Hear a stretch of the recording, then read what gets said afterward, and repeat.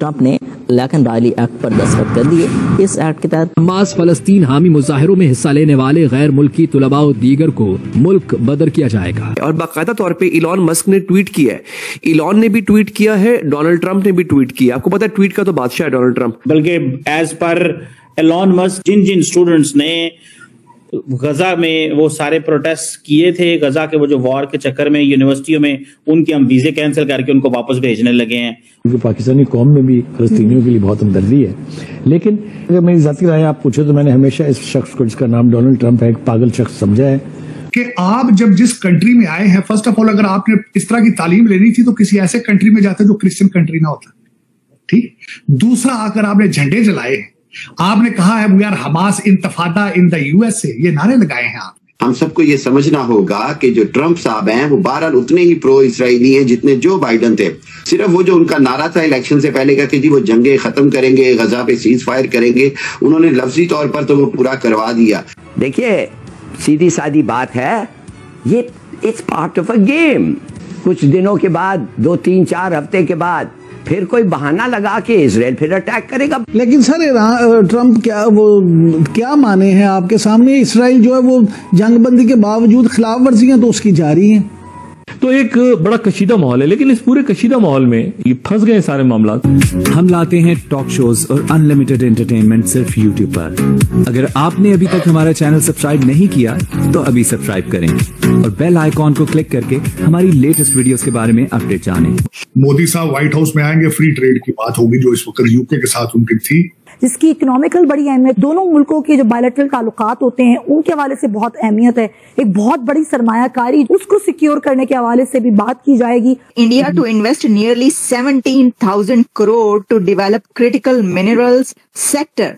پاکستان کی بدقسمتی یہی رہی ہے کہ right man for the right job کبھی بھی نہیں رہا ہے۔ اگر ہوتا تو پاکستان بھی آج اسی طریقے سے دنیا میں مقام حاصل کر رہا ہوتا جیسے آج بھارت کا ہو رہا ہے۔ جو ٹرمپ صاحب اسلحے کی بات کر رہے ہیں نا، انڈینز کہتے ہیں اسلحہ دیں، امریکن کہتے ہیں F-16 لے لو، پرانی ٹیکنالوجی لو، انڈینز کہتے ہیں ٹیکنالوجی نہ دو، ٹیکنالوجی ٹرانسفر کرو، یہاں پہ کرو۔ یہ امریکہ کی لمیٹیشن ہے۔ امریکہ کہتا ہے اگر ٹیکنالوجی تو انہوں ٹرانسفر کرتی اگے ہی تسی کھلوندے نہیں پے۔ مطلب انڈیا اپنی پالیسی نہ چلائے، یہ بات ہمارے ایکسٹرنل افیئرز منسٹر نے صاحب بولتی ہے کہ ہم کسی سائیڈ میں نہیں، ہم خود ایک سائیڈ ہیں۔ آ رہا ہے طاہر صاحب کے مودی صاحب جو ہے وہ فروری میں جا رہے ہیں واشنگٹن وائٹ ہاؤس میں نریندر مودی سے ملنے، اس سے پہلے بی بی نیتنیاہو کو بلا لی ہے۔ اور اس کے بعد طاہر صاحب ایک تو یہ بتائیے گا کس طرح کا ایجنڈا امریکہ کا ہو سکتا ہے؟ بلکہ as per Elon Musk radical left, ٹھیک ہے جی، وہ کہتے ہیں یہ جو ریڈیکل لیفٹ ہے نا یہ سپورٹ کرتا رہا ہے اینٹی سیمیٹزم کو۔ وہ کہتے ہیں جی ہم خلاف ہیں جن اسٹوڈنٹس نے غزہ میں وہ سارے پروٹیسٹ کیے تھے، غزہ کے وہ جو وار کے چکر میں یونیورسٹیوں میں ان کے ہم ویزے کینسل کر کے ان کو واپس بھیجنے لگے ہیں۔ اور طاہر صاحب اس طرح تو یہ دیکھیں ان اسٹوڈنٹس کو کیا پتا وہ پروٹیسٹ کرے، یا تو پھر امریکنز کے اوپر بھی کیس چلائے نا، کیا قصور ہے؟ چیمہ صاحب بات یہ ہے کہ آپ جب جس کنٹری میں آئے ہیں، فرسٹ آف آل اگر آپ نے اس طرح کی تعلیم لینی تھی تو کسی ایسے کنٹری میں جاتے جو کرسچن کنٹری نہ ہوتا، ٹھیک۔ دوسرا، اگر آپ نے جھنڈے جلائے ہیں، آپ نے کہا ہے وی آر حماس انتفاضہ in the U S A, یہ نعرے لگائے ہیں آپ نے۔ نیو یارک کے اندر آپ نے کولمبیا یونیورسٹی کے باہر گورنمنٹ کی پراپرٹی کو آگ لگائی ہے۔ You don't have any right to be here.